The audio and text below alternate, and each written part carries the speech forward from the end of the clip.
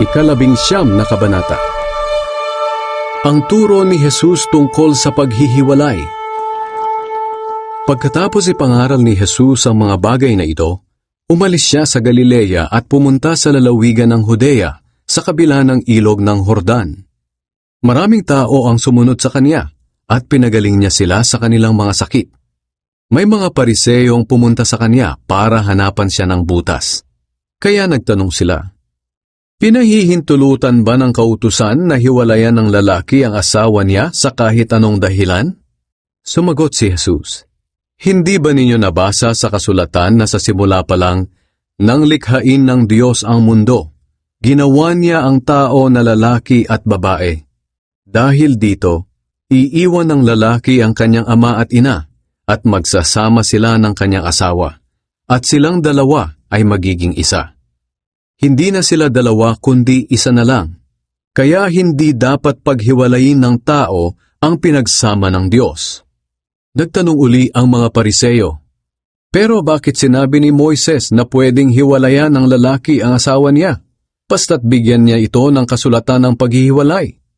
Sumagot si Jesus sa kanila, "Ipinahintulot ito ni Moises sa inyo dahil sa katigasan ng ulo ninyo. Ngunit hindi iyan ang layunin ng Diyos mula sa simula. Kaya sinasabi ko sa inyo, kung hiwalayan ng lalaki ang asawa niya sa anumang dahilan, maliban sa sexual na imoralidad, at pagkatapos ay mag-asawa ng iba, nagkasala siya ng pangangalunya, at ang nag-asawa ng babaeng hiniwalayan ay nagkasala rin ng pangangalunya."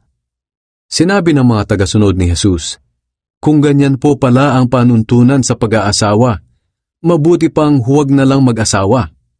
Sumagot si Jesus, "Hindi matatanggap ng lahat ang turong ito, maliban na lang sa mga taong pinagkalooban nito.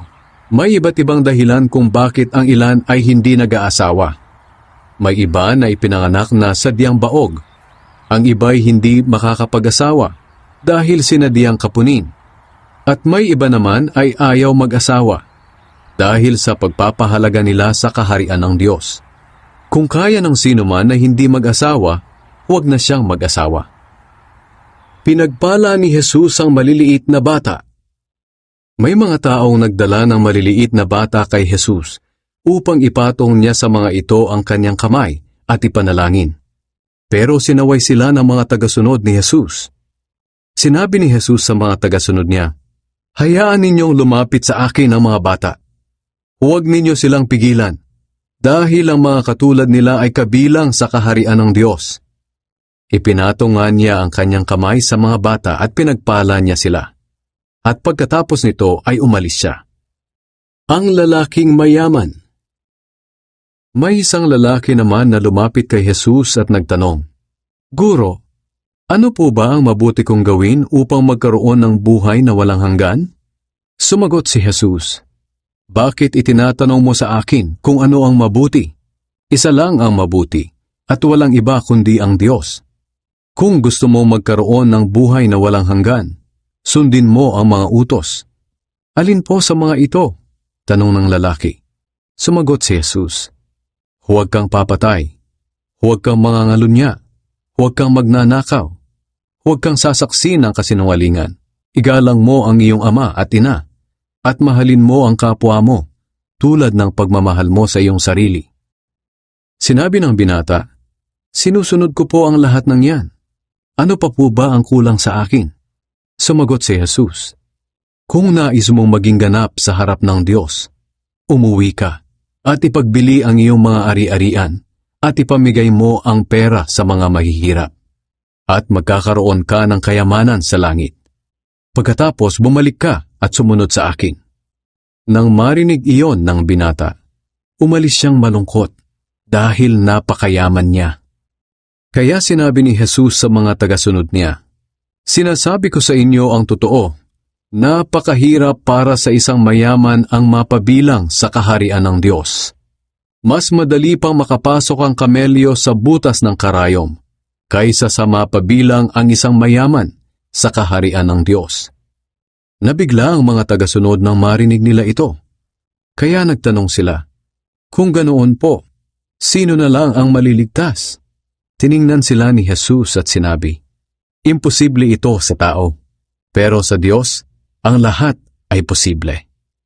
Nagsalita si Pedro, "Paano naman po kami? Iniwan namin ang lahat para sumunod sa inyo. Ano po ang mapapala namin?" Sumagot si Jesus, "Sinasabi ko sa inyo ang totoo. Darating ang araw na babaguhin ng Diyos ang mundo. At ako na anak ng tao ay uupo sa aking trono. At kayong mga tagasunod ko ay uupo rin sa 12 trono, upang husgahan ang 12 lahi ng Israel. At ang sino mang nag-iwan ng kanyang bahay, mga kapatid, mga magulang, mga anak, o mga lupa dahil sa akin, ay tatanggap ng mas marami pa kaysa sa kanyang iniwan. At tatanggap din siya ng buhay na walang hanggan. Maraming dakila ngayon na magiging hamak, at maraming hamak ngayon na magiging dakila."